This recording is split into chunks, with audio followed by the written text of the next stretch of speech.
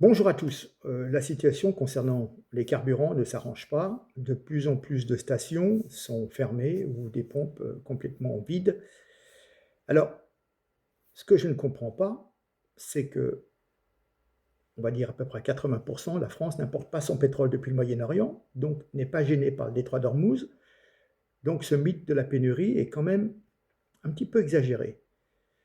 Qu'il y a une augmentation un petit peu des tarifs, oui, mais qu'il y a une pénurie, je ne comprends pas. Bref, des chiffres, simplement. En 2023, le pétrole consommé en France provenait majoritairement des États-Unis, du Nigeria, du Kazakhstan, de l'Algérie, de la Libye, de la Norvège.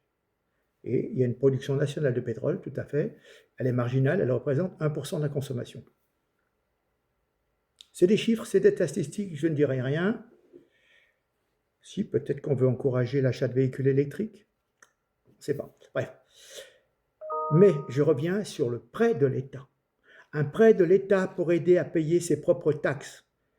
Mais putain, quel génie bureaucratique. On va où là? On va te prêter de l'argent que tu n'as pas pour que tu puisses verser à l'État l'argent que tu n'as pas non plus.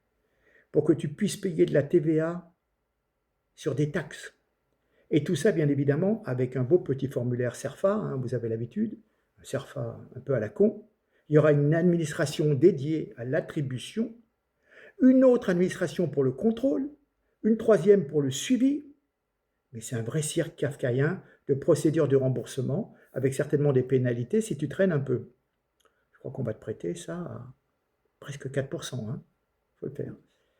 Euh, Bien sûr, c'était trop simple de baisser les surtaxes sur le carburant, ou ce qu'on appelle les assises.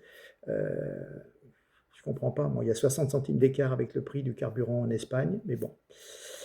Et surtout qu'il y a des secteurs qui sont vraiment en train de crever, hein. Mais bon, c'était trop simple, trop direct, trop efficace. Vous savez, on a des gens tout en haut, ils ont bac plus 5, bac plus 10. J'appelle ça le bureaucratistan. Voilà, hein. Donc, on préfère te faire tourner en rond dans un labyrinthe administratif puant, pendant que toi, tu te fais sodomiser fiscalement avec le sourire et un tampon service public. Tac. Voilà, il y en a plus qu'assez. Et puis j'ai vu récemment que le ministre des Transports avait dit que la pénurie, c'était la faute des Français. Mais parce qu'il ne faudrait pas aller faire son plein. On consomme peut-être plus et du coup on crée la pénurie. Oui, c'est ça, bien sûr. Les gens qui sont obligés de faire 50 km par jour pour aller bosser, bah, c'est sûr qu'ils font un plein, hein. Ils ne vont pas y aller tous les 3 jours mettre 10 litres, hein. Mais ces gens qui te donnent des leçons, qui ont des voitures avec chauffeur aux frais de l'État, c'est bon quoi. Les donneurs de leçons, cassez-vous.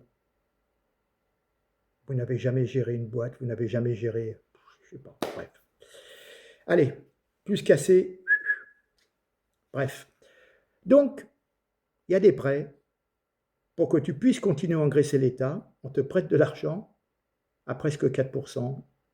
Ils vont encore se faire du pognon sur tes dettes parce que tu empruntes pour payer ton carburant pour aller bosser.